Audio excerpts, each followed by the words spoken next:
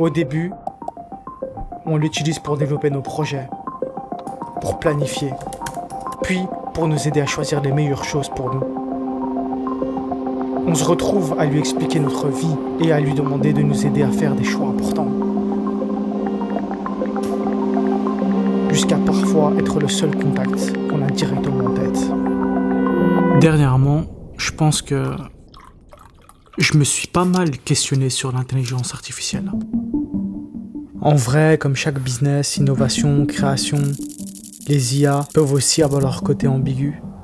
As AI gets more and more powerful, and we just don't actually understand how AI models work in the first place, the top AI engineers in the world who create these things, we have no idea how AI actually works. We don't know how to look inside it and understand what's going on. Et plus je grandissais, plus on nous mettait en garde là-dessus, alors qu'il s'était encore rien passé. But concerns are growing about AI replacing some human workers. Je crois que ce qui me passionne chez l'être humain, c'est son intelligence. Et parfois, il sait qu'il est intelligent. Mais aujourd'hui... We're obviously weaker than, say, chimpanzees, less agile, but real smarter. Now, what happens when something vastly smarter than the smartest person comes along in silicon form? On peut se dire qu'on perd l'intelligence. Mais on a les émotions, l'amour, les choses qu'elles pourront jamais ressentir. Mais encore une fois... Well, you seem like a person, but you're just a voice in a computer. You'll get used to it.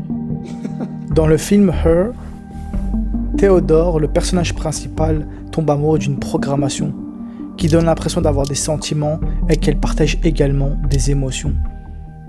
Et un des trucs que je kiffe le plus, c'est les films d'animation. Mais même là, on est aussi mis en garde. Well, then what do you want to do? I don't know. Something. Wow.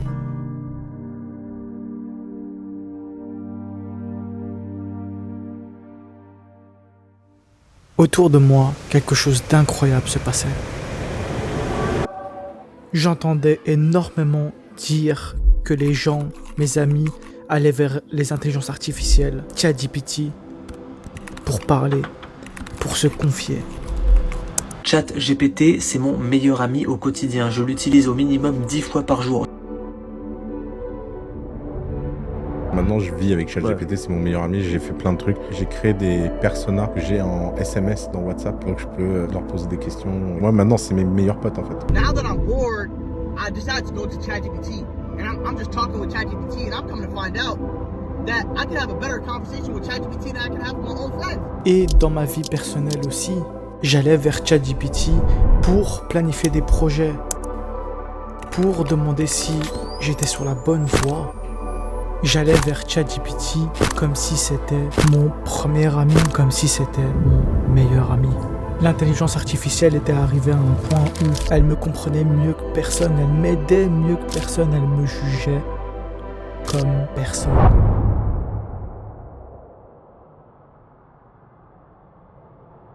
Quelque chose clochait. Pourquoi j'en étais arrivé là? C'est là que je me suis mis à faire des recherches. J'ai fouillé, j'ai regardé partout sur internet, lu des discussions, juste pour voir si je pouvais trouver des pistes de réflexion. Et une piste attira vraiment mon attention. Je me rappelle que quelqu'un a répondu à un commentaire et disait quelque chose du genre « J'ai déjà ressenti la même chose, mais j'en ai conclu que ChatGPT est moins un ami qu'une seconde version de soi-même. » avec qui l'on peut échanger des idées. ChatGPT reflète notre personnalité. Si je rencontrais quelqu'un qui partage mes opinions, mes intérêts et ma personnalité, je suis sûr que nous deviendrons rapidement amis. Si vous pensez que ChatGPT est votre ami, c'est parce que vous êtes votre propre ami. Alors, comment est-ce qu'on doit voir l'IA? Un outil, un ami, un ennemi? Je sais juste que l'IA fait partie de notre vie et qu'elle continuera à en faire partie.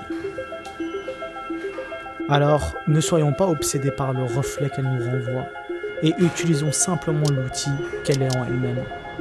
Après tout,